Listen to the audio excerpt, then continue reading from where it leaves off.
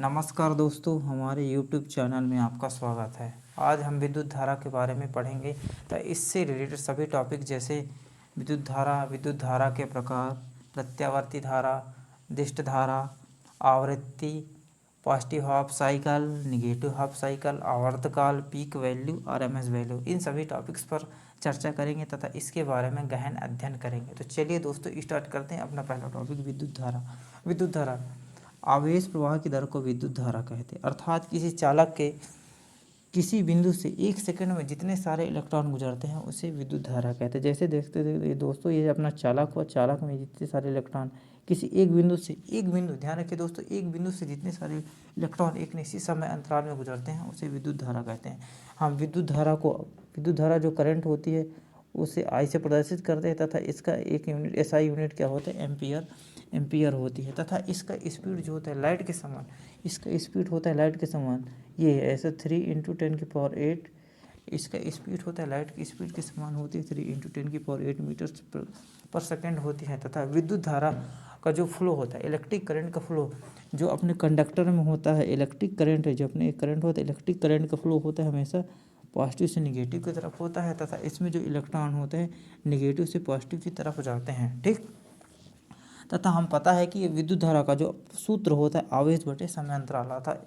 आवेश बटे एक बिंदु में जितने सारे, किसी विद्युत धारा का तात्पर्य होता है कि उस बिंदु, जैसे इस डॉट पॉइंट, इस बिंदु से जितने सारे, इस बिंदु पर जितना चार्ज होगा उसे अगर हम समय से डिवाइड कर दें तो उसे क्या बोला जाता है, विद्युत धारा बोला जाता है। और उस बिंदु पर चार्ज पता करने के लिए हमको क्या पता करना पड़ता है, उस बिंदु में कितने सारे इलेक्ट्रॉन गुजर रहे हैं। उस बिंदु जितने सारे इलेक्ट्रॉन गुजरते हैं सभी इलेक्ट्रॉनों के चार्जों को हम जोड़ देते हैं। योग करने के बाद जो उसमें उस बिंदु पर कुल आवेश प्राप्त होता है, उस कुल आवेश को हम समय अंतराल से डिवाइड करते हैं तो हमें उसका विद्युत धारा करंट पता चलता है कि उस बिंदु पर कितने करंट पता होते हैं। तो हमको पता है दोस्तों आवेश का फार्मूला क्या होता है, कूलाम होता है। ठीक है, और समय को हम किसे दर्शाते हैं, सेकंड से जाते हैं।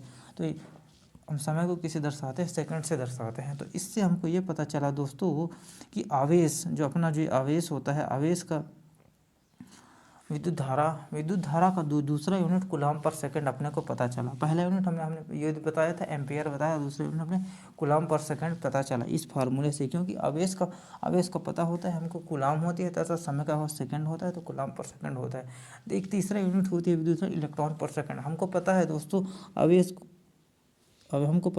कि आवेश बराबर Q एंड समय बराबर T होती है। हमको पता है Q बराबर NE होता है, NE/T हो गई। ठीक है, NE मतलब ये हुआ कि किसी बिंदु पर कितना चार्ज है उसे NE से दर्शाते हैं। N का तात्पर्य होता है नंबर ऑफ इलेक्ट्रॉन, इससे मतलब होता है एक इलेक्ट्रॉन में उपस्थित चार्ज होता है। तो मान लीजिए यह बिंदु हुआ, इस बिंदु पे, ठीक है, इस बिंदु पे 10 इलेक्ट्रॉन गुजरते हैं। तो 10 इलेक्ट्रॉन गुजरेंगे तो उसका आवेश को पता करना है। तो 10 इलेक्ट्रॉनों में जितने सारे चार्ज हो गए उन सभी के चार्ज को जोड़ देंगे, वह उसका क्या हो जाएगा, उस बिंदु पर आवेश हो जाएगा। और उस आवेश को हम समय से डिवाइड कर देंगे, वह उसका विद्युत धारा कहलाता है। तो इसी प्रकार इसी फार्मूला से अपने को इलेक्ट्रॉन पर सेकंड मिला। तो अपने को विद्युत धारा के 3 फार्मूले मिले। पहला मिला एम्पियर मिला, दूसरा कूलाम पर सेकंड मिला, तीसरा इलेक्ट्रॉन पर सेकंड मिला। तो अब देखते हैं, एक बार क्विक रिवीजन मान लेते हैं। तो विद्युत धारा आवेश प्रवाह की दर को विद्युत धारा कहते हैं। ठीक है, इसका मात्रक क्या होता है, इसका मात्रक एम्पियर होते हैं, इसे आई से प्रदर्शित करते हैं। तथा इसका स्पीड लाइट की स्पीड के समान होती है, 3 × 10⁸, ध्यान रखिए दोस्तों, मीटर पर सेकंड होती है।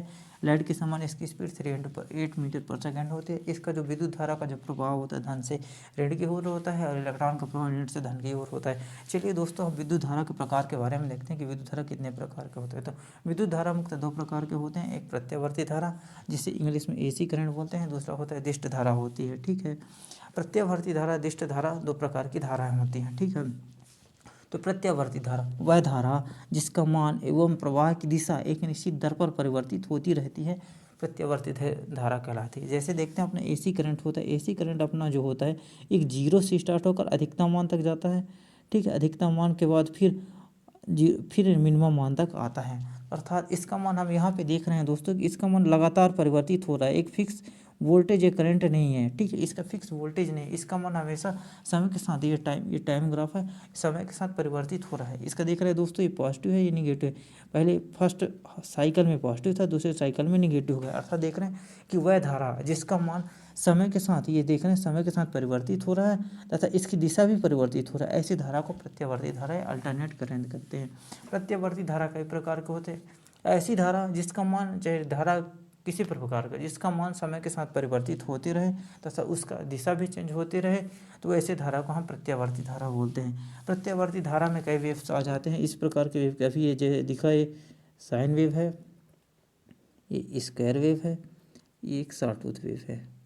ऐसे कई प्रकार के वेव होते हैं, sawtooth wave, sine wave, square wave होते हैं। देख रहे हैं दोस्तों, ये अभी हाई है, फिर इसका लो हो जाएगा पॉजिटिव में, फिर ऐसे हाई है, फिर लो हो जाएगा, ऐसे साइन वेव है। इसका मान समय के साथ परिवर्तित होते जा रहा है। ऐसे जो वेव, ऐसे जो सिग्नल, ऐसे जो करंट होते हैं, ऐसे जो करंट होते हैं, ऐसे करंट को क्या प्रत्यावर्ती धारा बोलते हैं, ठीक है। ऐसे करंट को प्रत्यावर्ती धारा बोलते हैं, ठीक है। प्रत्यावर्ती धारा का अल्टरनेट एक ऐसी डिवाइस होती है जो प्रत्यावर्ती धारा को अल्टरनेट द्वारा उत्पन्न किया जाता है। अल्टरनेट द्वारा प्रत्यावर्ती धारा में जनरेट करने के लिए अल्टरनेट द्वारा इसे उत्पन्न किया जाता है तथा इसका उपयोग हम दोस्तों अपने लाइट या बल्ब जलाने के लिए यूज करते हैं तथा अनेक प्रकार के उपकरण जैसे घरों के मोटर आदि चलाने के लिए हम प्रत्यावर्ती धारा का यूज करते हैं। तो देखते हैं, एक बार क्विक रिवीजन कर लेते हैं दोस्तों कि प्रत्यावर्ती धारा क्या होता है और इसमें क्या क्या हमने पढ़ा। तो देखो, प्रत्यावर्ती धारा ऐसी धारा जिसका मान एवं प्रवाह के जिस समय के साथ परिवर्तित होती रहती है, प्रत्यावर्ती धारा कहलाती है। तथा इसी कई प्रकार के होते, square wave, sine wave, sawtooth wave आदि वेव्स होती हैं जिसे प्रत्यावर्ती धारा कह के अंतर्गत आती हैं, ठीक है। तथा इनका मान निश्चित समय अंतराल बाद इनका दिशा तथा मान चेंज होते रहता है, ठीक है। तथा इसे अल्टरनेट द्वारा उत्पन्न किया जाता है। अल्टरनेट डिवाइस द्वारा इसे उत्पन्न किया जाता है तथा इसका उपयोग लाइट के लिए, घरों में बल्ब आदि जलाने के, लाइट के लिए, मोटर वाहनों आदि उपकरणों को चलाने के लिए यूज किया जाता है। हमको पता है दोस्तों, जो हमारे जो नॉर्मल घरों में सप्लाई जो आती है प्रत्यावर्ती धारा, एसी करंट आती है। इसके बाद चलिए दोस्तों अपना दूसरा टॉपिक स्टार्ट करते हैं, डिस्ट धारा, जिसे डीसी करंट बोलते हैं, जिसे हम क्या बोलते हैं, डीसी करंट बोलते हैं। डिस्ट धारा या डीसी करंट बोलते हैं। ऐसी धारा, देख रहे हैं दोस्तों, ऐसी धारा जिसका मान एवं प्रवाह की दिशा के साथ समय के साथ अपरिवर्तित रहते हैं, डिस्ट धारा या डीसी करंट बोलते हैं। जैसे देख रहे हैं दोस्तों अपना टाइम ग्राफ है, इस ग्राफ में देख रहे हैं इसका मान एक फिक्स वैल्यू 5 वोल्ट माना तो फिक्स ही है, इसका मान समय के साथ अपरिवर्तित है। ऐसे धारा को हम लोग डिस्ट धारा बोलते हैं। डिस्ट धारा भी कई प्रकार के होते हैं, जैसे अपना एसी अल्टरनेट करंट कई प्रकार की होती है, ठीक उसी प्रकार से डिस्ट धारा भी कई प्रकार की होती है। जैसे शुद्ध डिस्ट धारा है, पल्सेटिंग डिस्ट धारा होती है। परिवर्तनशील डिस्ट धारा होती है, जिसमें और ज़्यादा वेरिएशन आ गए, परिवर्तनशील पर डिस्ट धारा होती है। मतलब डिस्ट धारा कई प्रकार की हमने देखा है। शुद्ध डिस्ट धारा ये हुआ, परिवर्तनशील डिस्ट धारा, परिवर्तनशील डिस्ट धारा, पल्सेटिंग डिस्ट धारा। परिवर्तनशील डिस्ट धारा में क्या होता है, जो डीसी की वैल्यू चेंज हो जाए, इसे एक बार हटा के देखें। जैसे अपना जो शुद्ध डिस्ट धारा ये होती है, पल्सेटिंग डिस्ट धारा ऐसी होती है, थोड़ा पल्स जनरेट होता है। लेकिन परिवर्तनशील डिस्ट धारा में जो होता है डीसी वोल्टेज की वैल्यू चेंज होती है, ये ऐसे डीसी वोल्टेज की वैल्यू लगातार, एम्पलीट्यूड तो लगभग वही रहेगा लेकिन उसके जो वोल्टेज की वैल्यू चेंज होती रहती है, ऐसे धारा को पल्सेटिंग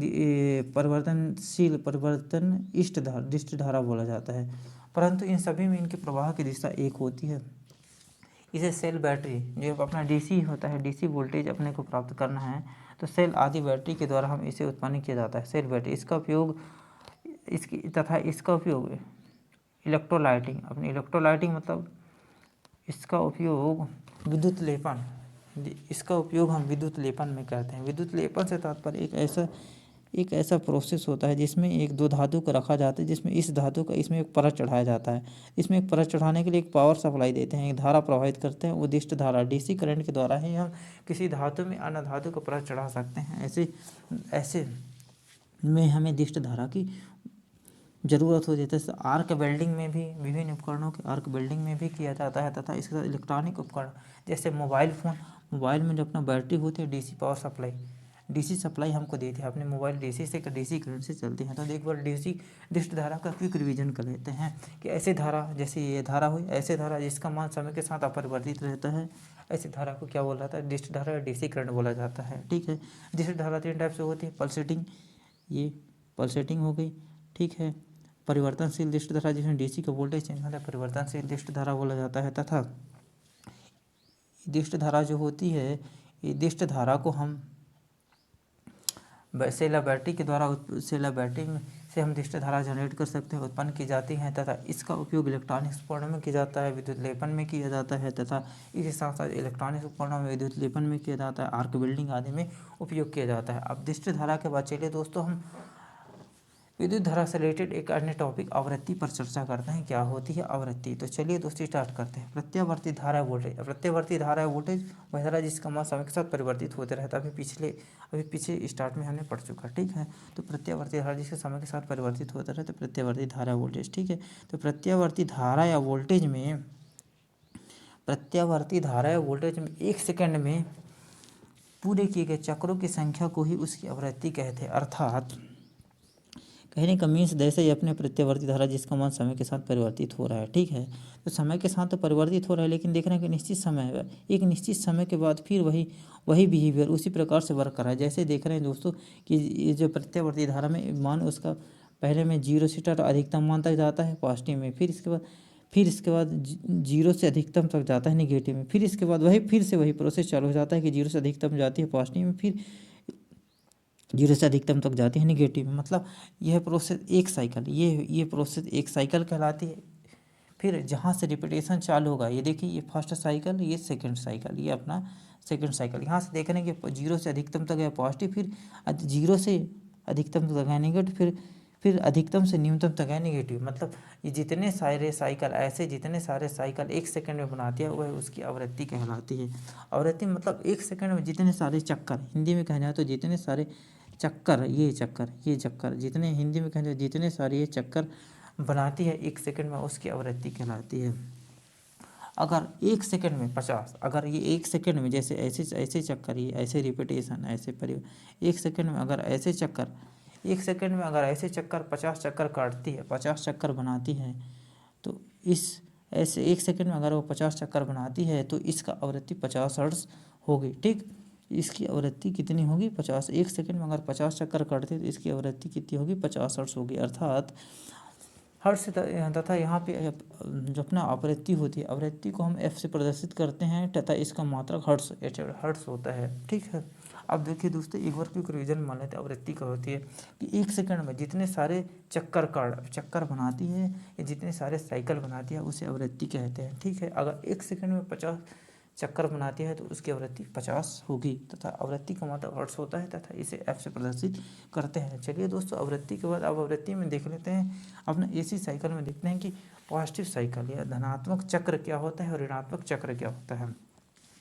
तो हमको पता है दोस्तों कि AC अल्टरनेट करंट ऐसा होता है जिसका मान समय के साथ हमेशा परिवर्तित रहता है। ठीक है, तो हमको पता है दोस्तों कि अल्टरनेट करंट में जो होता है 0 से स्टार्ट होता है, अधिकतम तक जाता है, अधिकतम के से फिर 0 कराता है, एक बार पॉजिटिव में जाता है, एक बार निगेटिव में जाता है। ठीक है, फिर यहाँ 0 से जाएगा अधिकतम, ये अधिकतम, ठीक है, ये अधिकतम। ठीक है, 0 से अधिकतम, फिर प्लस में, फिर अधिकतम से 0, ये देखिए 0 से अधिकतम से 0 प्लस में, फिर इस प्रकार माइनस में, 0 से अधिकतम, फिर अधिकतम से 0, यह ऐसे साइकिल्स बनाते हैं। ठीक है, तो इस साइकिल में जो ऊपर की तरफ धनात्मक चक्र में जो एक रिपीटेशन होता है उसे पॉजिटिव हाफ साइकिल होता है।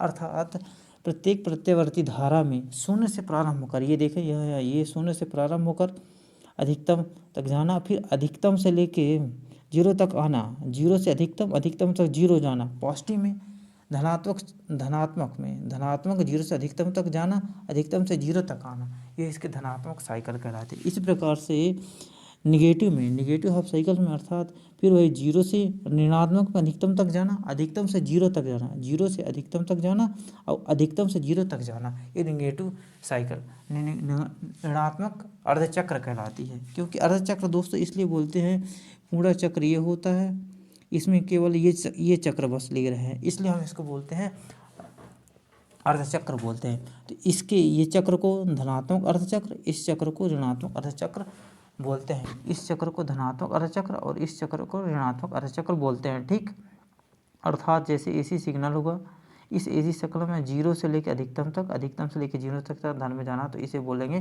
धनात्मक अर्धचक्र। क्योंकि ये पूरे चक्र को, इस पूरे चक्र को पूर्ण चक्र बोलते हैं, तो इसी चक्र को बोलेंगे अर्धचक्र बोलेंगे। इस प्रकार से ऋणात्मक है, जीरो से अधिकतम तक जाना, अधिकतम से जीरो तक जाना, इसे ऋणात्मक अर्धचक्र बोलेंगे और इस पूरे चक्र को पूर्ण चक्र बोलेंगे। ठीक है, अब दोस्तों अगला टॉपिक अपना आवर्तकाल देखते हैं।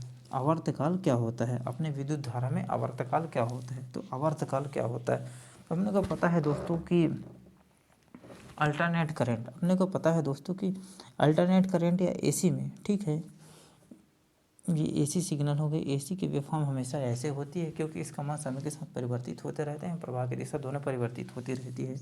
तो हमको पता है कि एसी एक चक्कर, जैसे एसी है एक साइकिल, ये है एक साइकिल पूरा करने में जितना टाइम लगा, एसी के एक चक्कर पूरा करने में जितना टाइम लगा उसे आवर्त कहते हैं। अर्थात एक चक्र मतलब एक पूर्ण कंप्लीट साइकिल, एक पूरा कंप्लीट चक्कर बनाने में जितना समय लगा, एसी सिग्नल की कंप्लीट पॉजिटिव या नेगेटिव साइकिल, दोनों साइकिल को मिलाकर एक चक्कर पूरा बनाने में जितना समय लगा उसे हम लोग बोलते हैं आवर्तकाल बोलते हैं।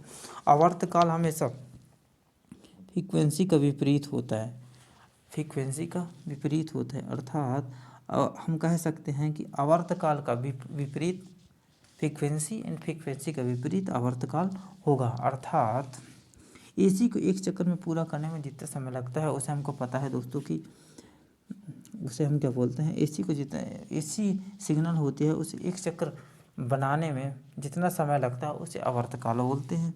हमको पता है कि फ्रीक्वेंसी अपनी 50 हर्ट्ज़ इंडिया में चलती है, 50 हर्ट्ज़ इंडिया में चलती है। और हमको ये भी पता है कि टाइम पीरियड का जस्ट उल्टा क्या होता है, फ्रीक्वेंसी होती है। तो हमने यहाँ पे फ्रीक्वेंसी की जगह 50 हर्ट्ज़ लगेंगे तो अपना आएगा 0.02 सेकेंड। अर्थात अपना इंडिया में जो अपना एसी पावर सप्लाई आती है उसका आवर्तकाल 0.02 सेकेंड होता है, 0.02 सेकेंड होता है। एक बार हम आवर्तकाल को क्विक रिवीजन में देखते हैं कि एसी को एक चक्र, एसी सिग्नल हुआ, ये एसी सिग्नल हो, इसे एक चक्र बनाने में जितना समय लगता है उसे आवर्तकाल बोलते हैं। और हमको पता है कि आवर्तकाल फ्रीक्वेंसी के जस्ट उल्टा विपरीत होता है, आवर्तकाल फ्रीक्वेंसी के जस्ट उल्टा होता है। अर्थात हमको पता है कि एसी सिग्नल में जो अपने इंडिया में जो फ्रीक्वेंसी आती है 50 हर्ट्ज़ आती है।